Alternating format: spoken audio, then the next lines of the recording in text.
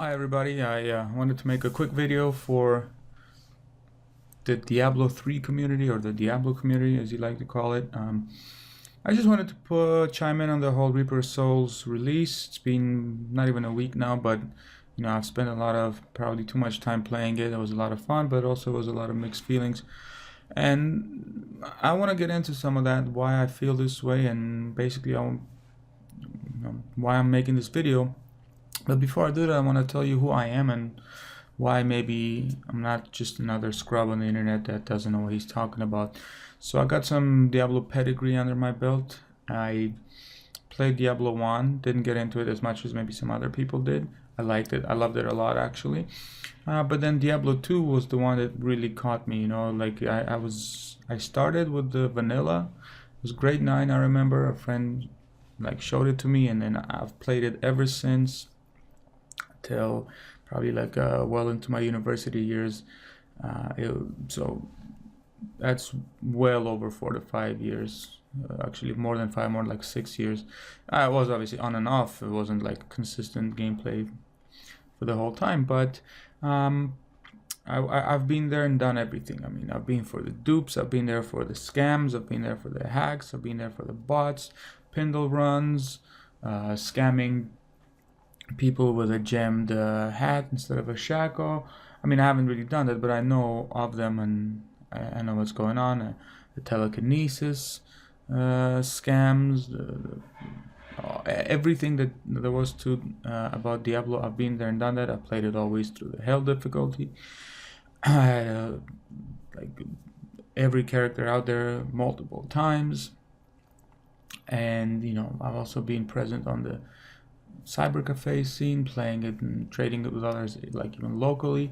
And then I also been on the D2JSP a lot, and basically I've found every item out there, not every rune out there, and I know what I'm talking about. I'm maybe not a typical gamer in the sense that I pick up my title and I'm done with it within a week, but I enjoy playing a few games, but for a long period of time.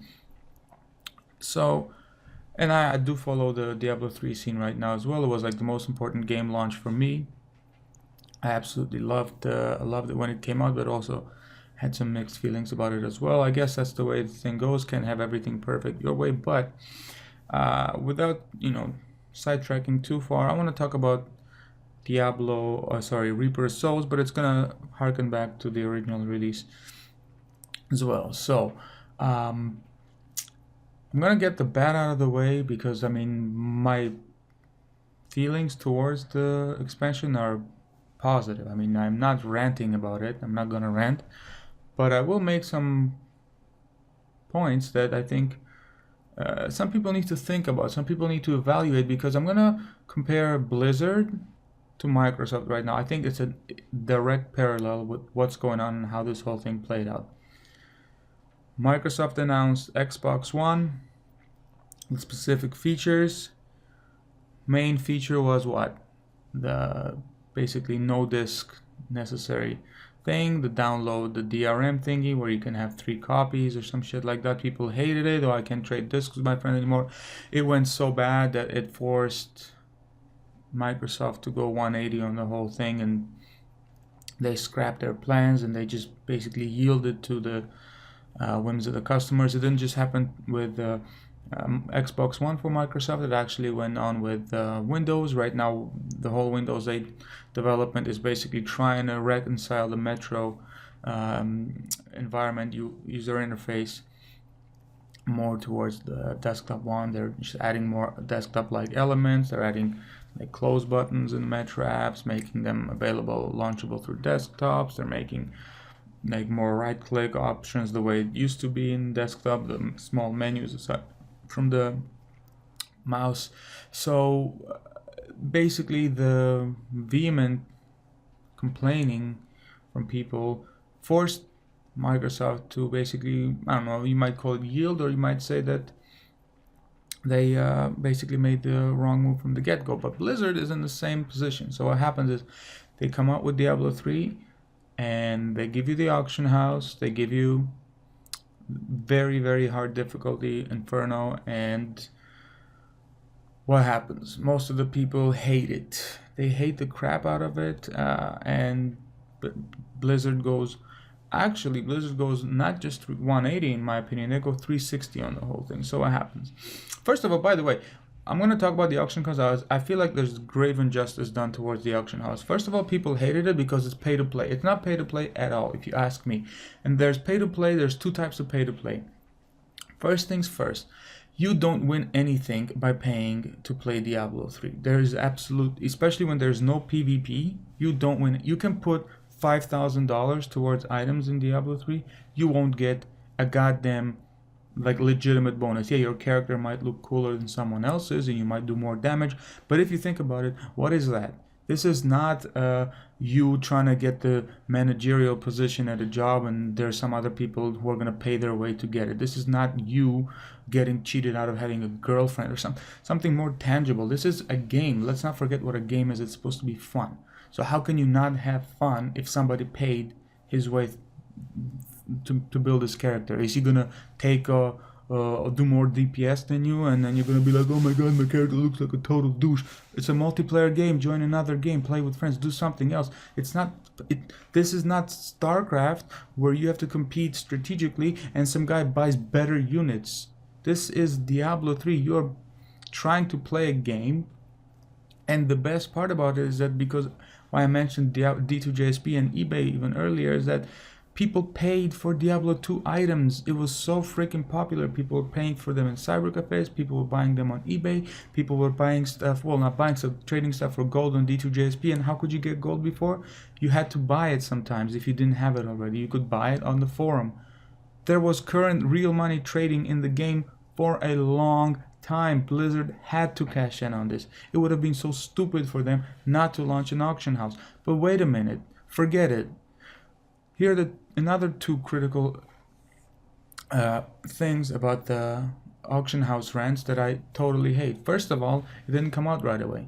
I think it took some weeks, if not months, for it to launch. So in the beginning, you had only gold trading. There is no way for you to buy items. So you had to trade for items, essentially via a standardized currency. It wasn't like my SOJ for your vampire gaze. No, it was, I have this much gold and I'm going to give it to you for this item via the auction house. You could nitpick what features, what stats you wanted on the item, and that's it.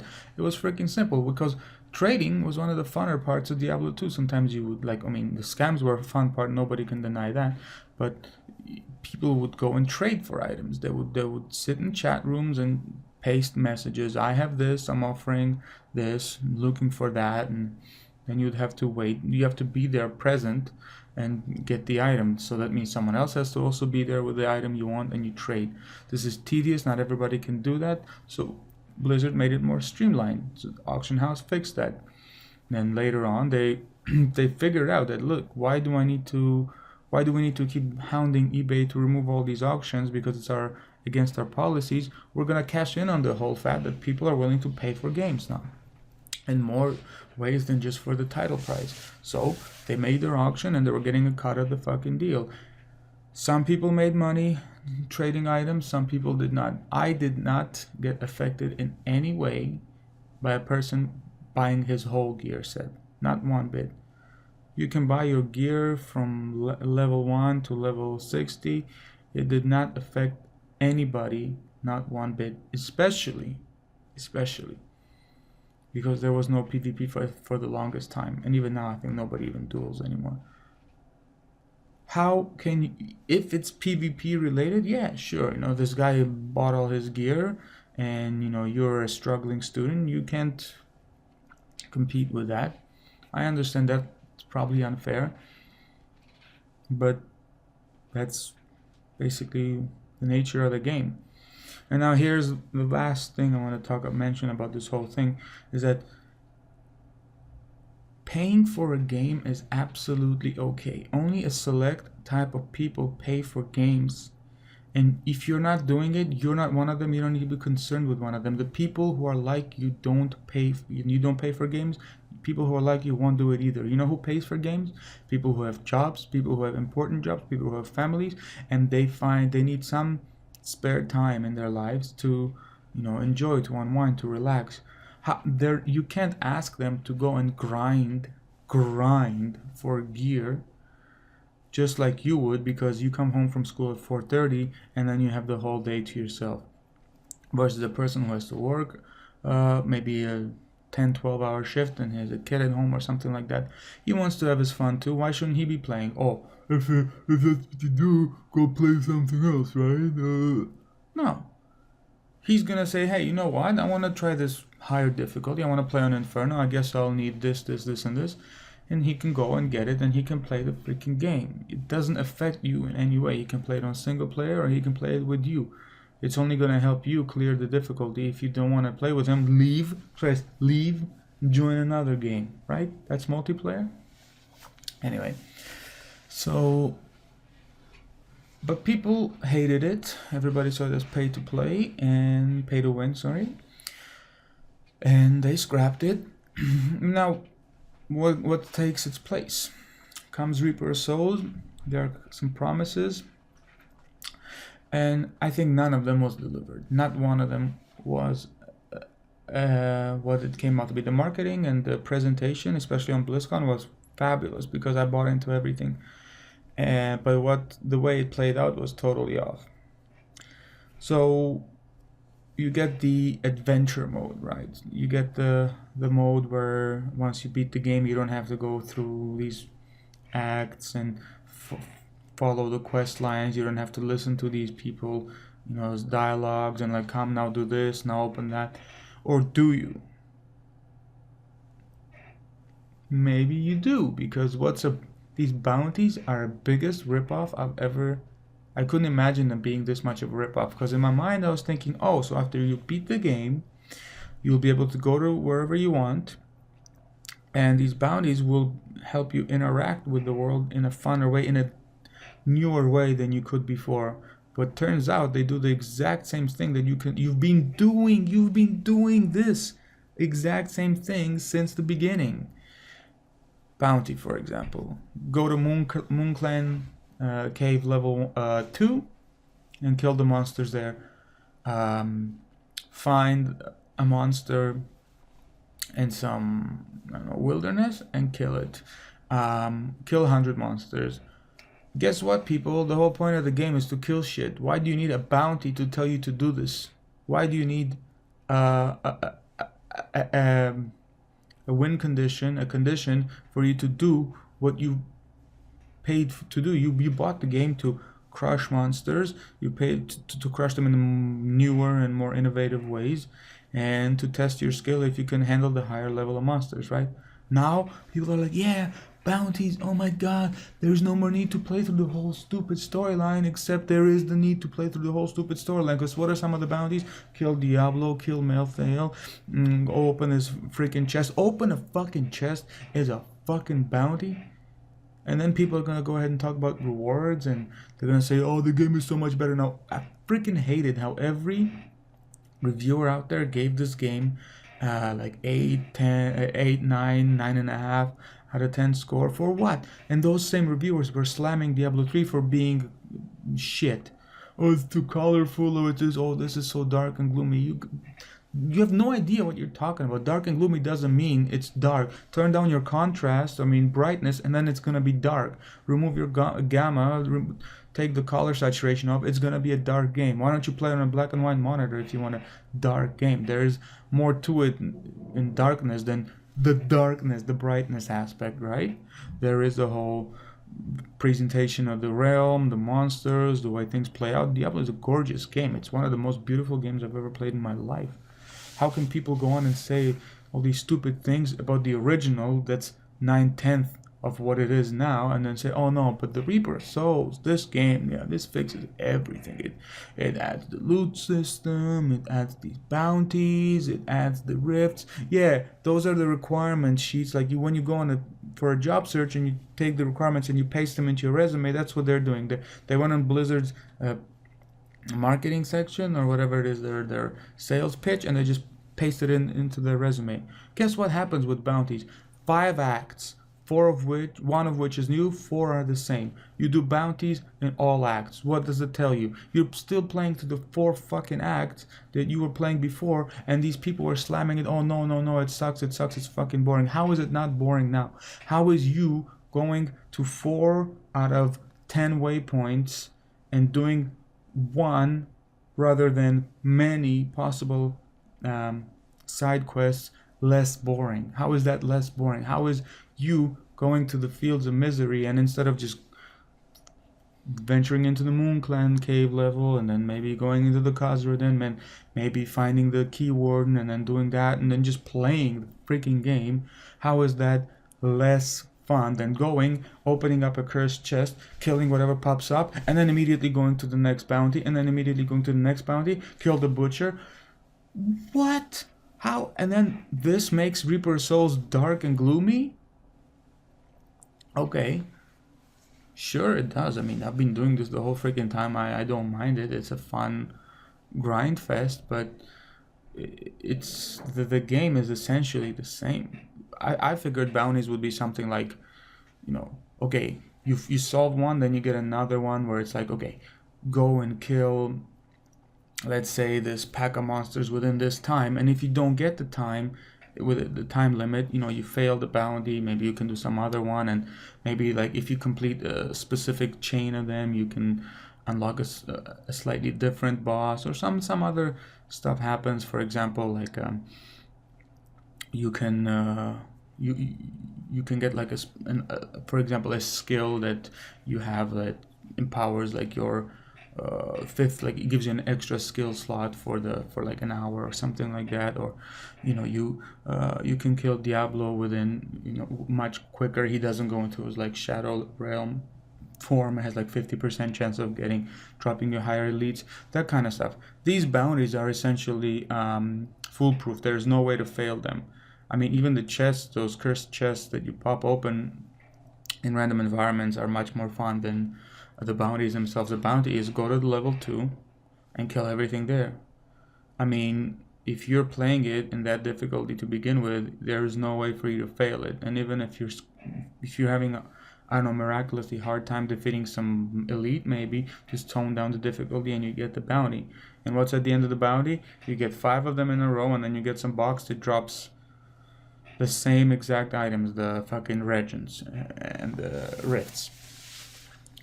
So that's a big disappointment, where you are essentially playing through the same content you've always been playing, but you have some artificially created win condition that you feel is more rewarding than the actual gameplay. When you feel like an aspect of the gameplay, in this case the loot and the experience, are more rewarding than the gameplay itself, rotation of skills, the positioning, the sounds, the visuals, the vocals, and the loot involved, all of that, if you feel like a small part of the gameplay is more rewarding than the whole gameplay, then I feel like maybe the element of fun and gaming is lost on you or on the community or the type of people that you are, you know, part of. But anyways, bounties, I've done them, been doing them, and this usually leads to the rifts, because you'll clear the bounties very quickly.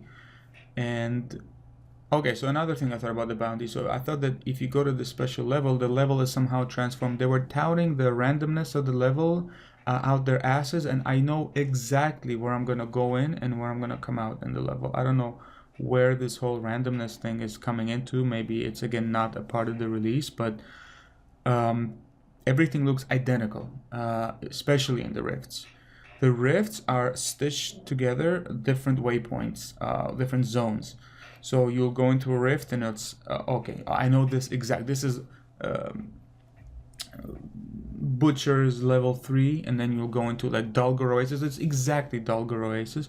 And then you go into like Desolate Sands, and then you go to, I don't know, what is it, the Fields of Misery, and then just going through a stitched together landscape of Diablo's universe. There's nothing random in it. It's just random waypoints put together, but they're not that random. You can like 9 out of 10 times I can always tell where the exit's gonna be. Like for example, if there's an Act 4 part in the rift, I know that the level 2 is gonna be where the portals are, to go down and to go higher up into the spire.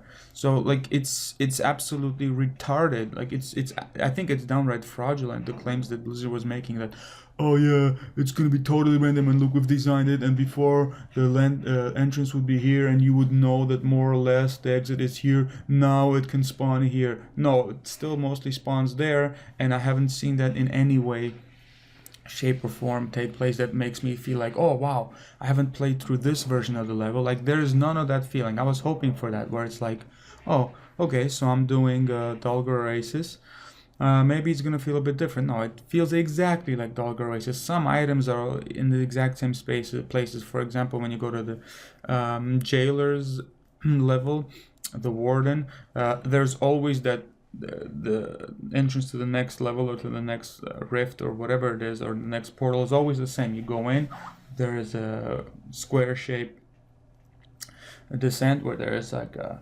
weapon rack on both sides of the entrance. There's another weapon rack around the corner, and then there is the beheading room to the left, and then you go down. That's always the same. I understand. I mean, a game can just recreate itself randomly, but there is absolutely no feeling of freshness to it. This is the exact same thing I've been playing for since day one. I was hoping for something a little bit more, but I mean, I'm not gonna say it's not fun. It's been fun. That's what kind of pisses me off. That's why I'm so irritated with this whole thing, is that it's been fun since day one. I don't understand why it's all of a sudden much more fun. It's not much more fun at all. It's actually, I mean, it's getting quite repetitive for me, and it was maybe a little bit funner just before the launch, when the patch came out for the vanilla. So rifts are a total cop out. There's nothing different about them. I mean, once I've run into an area where it's full of goblins, couldn't kill one of them, even though I do Torment 3. And that's it. I mean, it's not like you'll open one rift and maybe you'll have like a bunch of bosses there and you just fight the bosses, or then another rift, it can be like just a wave of monsters just keeps coming at you. You don't have to keep descending down, and you just have to clear the wave of monsters. And then another rift you open up and it can be like, yeah, these goblins, and you have like 5-minute time limit to kill as many as you can. Or another rift, it's like, yeah, you keep descending through more and more levels, but the more you go down, the harder it gets. So you can either tap out, or you can get to the very hardest level, which is like some boss, or it can be just like the same type of monsters but just harder. So it's always the same type of rift. It's just like, you might start with the Fields of Misery, Dalgar Oasis, Core of Ariat, Chain, or it can start with Spire level 1, keeps depth level 2, and I don't know, like for example, what is there, like a Stone Fort, and that's it. That's how it's gonna, that's the randomness to it. And like, what's the point of even calling these rifts different names? It's that does nothing. It's not even a novelty thing. And with the Orac or whatever telling you, no, defeated, oh no, you can win, can you do this? Shut the fuck up. It's the same thing. So in that respect, I also feel like Blizzard did a hell of a job just selling it, but falling really short on what actually was delivered. And actually, I want to put these whole two things together. And well, why are people enjoying it as much as they are? They want the loot, they want the upgraded uniques, legendaries, whatever you want to call them. They want to have the better gear, the better equipment. And to an extent, yeah, the equipment is better. It's more fun to use. It's not just like flat out damage, critical strike on weapons, and it's not just on other items as well. I mean, there's other options that can give you incentives to forego the more popular stat. I mean, that works out. But I mean, what happened to the whole trading system of Diablo 2? It's gone. Sure. I mean, it doesn't have to be there. Like, you can you can just say, you know what, that worked for Diablo 2. This game now is going to be different, even though it's called Diablo, it's the next sequel. There's no need to cling to the past. I understand that, but now the items are what? Essentially, it's all of the same items from Diablo 3, especially since patch like 107 or something like that, with bigger numbers. A weapon that did 1,000 damage now will do 2.4 thousand damage, but all of this is negated because you need the 2.4 thousand damage in Act 5 or Torment, whatever, higher 3, 4, 5, in order to maintain the same level of efficiency you did before. So, oh my god, now this weapon is so much better. Nah, it's not really that much better. So, and introducing the Enchantress now also creates the same type of, I feel like the same type of grind fest that was the case when Diablo 3 first launched. Like, everybody was complaining, I was one of them, where, well, not everybody, a lot of people, including me, complained that Diablo 3, the way Inferno progressed was just way too steep. Act 1 was okay, Act 2 was like, what the hell happened? How do you go from Act 1 to Act 2 like this? And then Act 2 to 3 is like, what the fuck?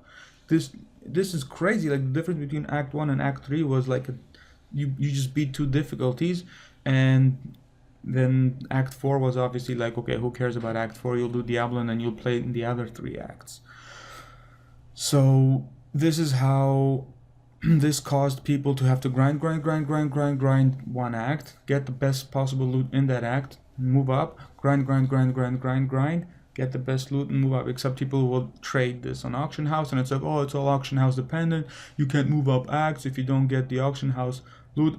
Can you tell me how the loot gets on the auction house? Yeah, it's because somebody found it and somebody's posting it. Maybe that's called trading. It's not like, if you don't spend money, you can't play Inferno. No, even though a lot of people made it sound so simplistic.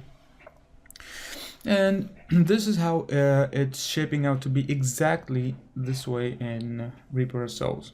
Firstly, Torments scale very, very sharply. 1 and 2 is okay, like not that much of a difference, but there is a difference in survivability.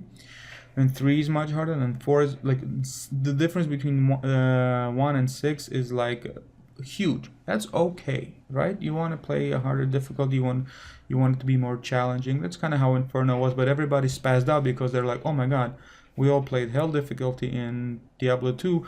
How dare you tell me that Inferno is out of reach for me? I am a Diablo 2 player, so you're gonna have to accommodate me in some way so that I can play the highest possible difficulty to appease my ego, but it can't be as hard as it is. So what they do, they come up with monster power levels, which is a good solution. Fine, it works. You play Inferno and you get progressively better loot on a more dialed down scale level, which is fine. But now it works differently. Now you have these torment levels, but you can trade for loot. So now what do you have to do? Now you have to enchant your loot, because a single stat on a good unique item is worth more than all the unique items you find. I found a sword.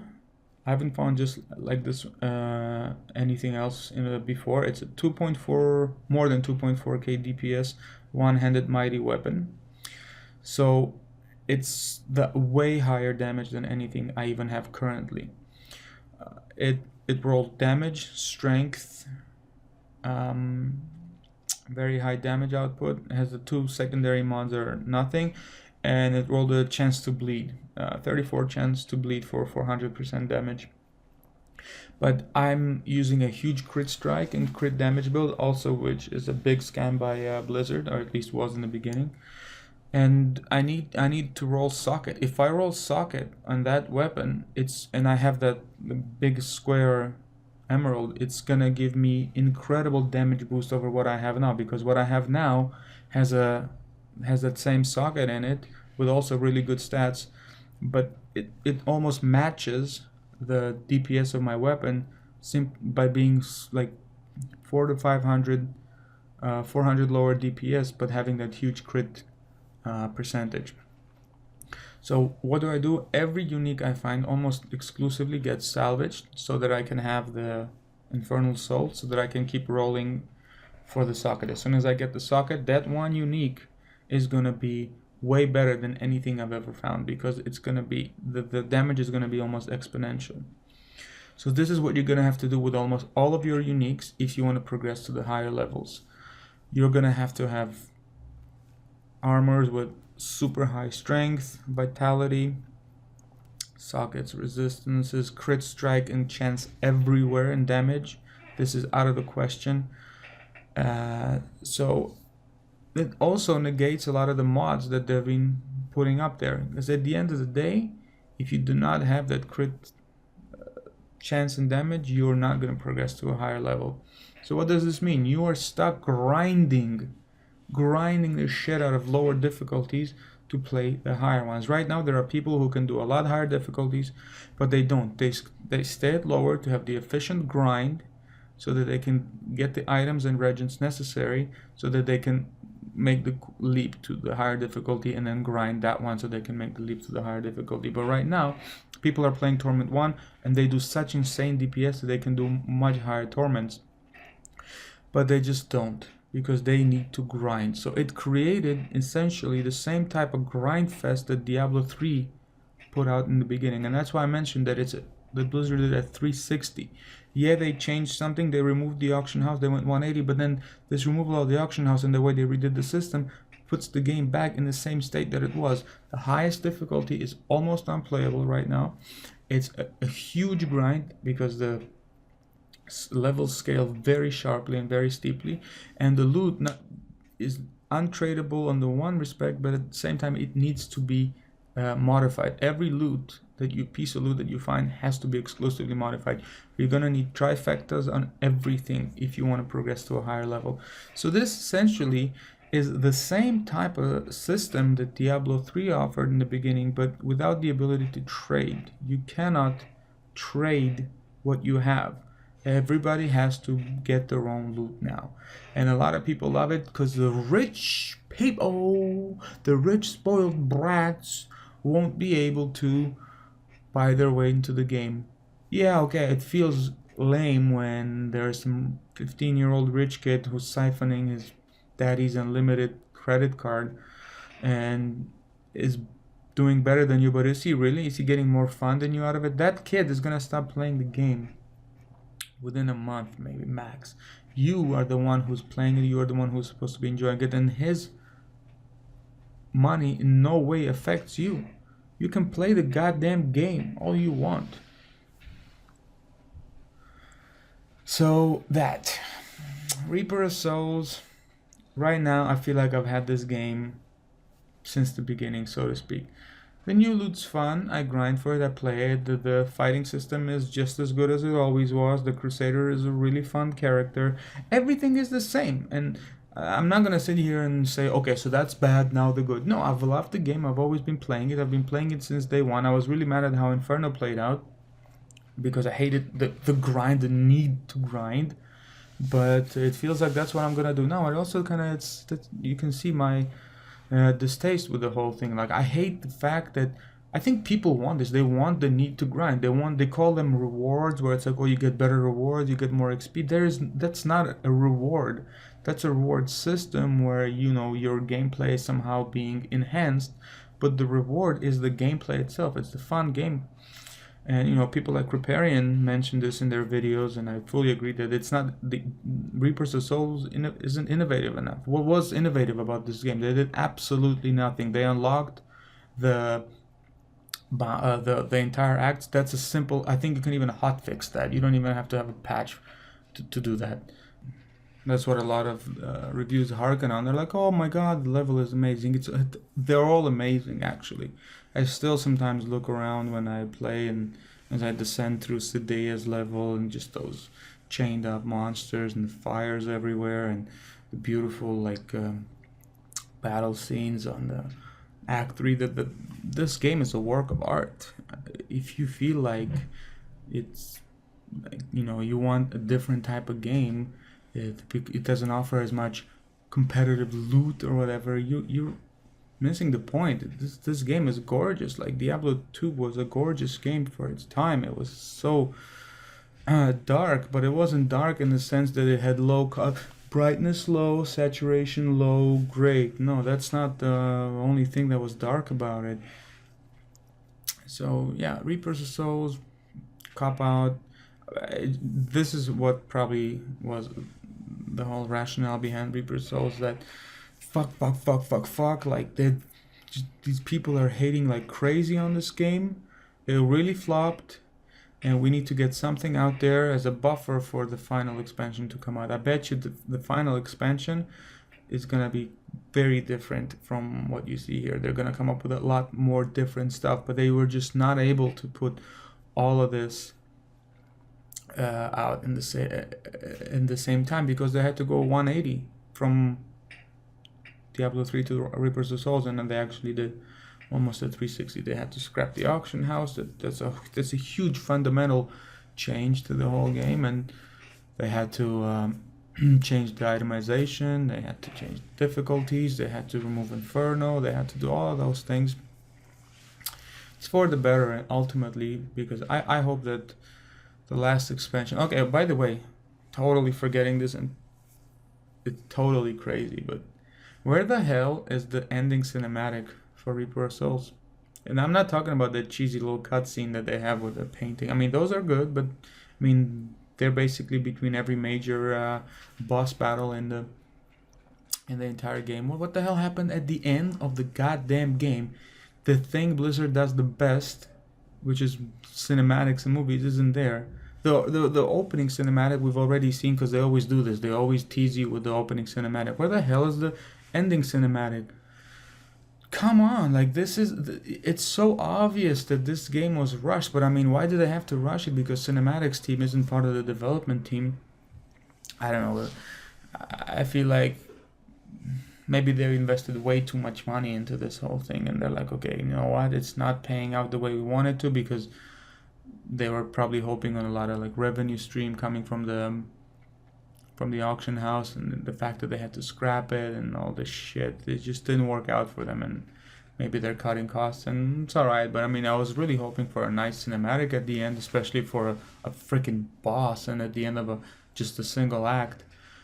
But that's about it. So I hope that the last expansion will have a lot of these things polished up. Maybe there will be a patch in between, but I doubt it. The next expansion will be it will have the big PvP in the next expansion, and it will have a lot of these different skills, and like just think about the Paragon system, for example.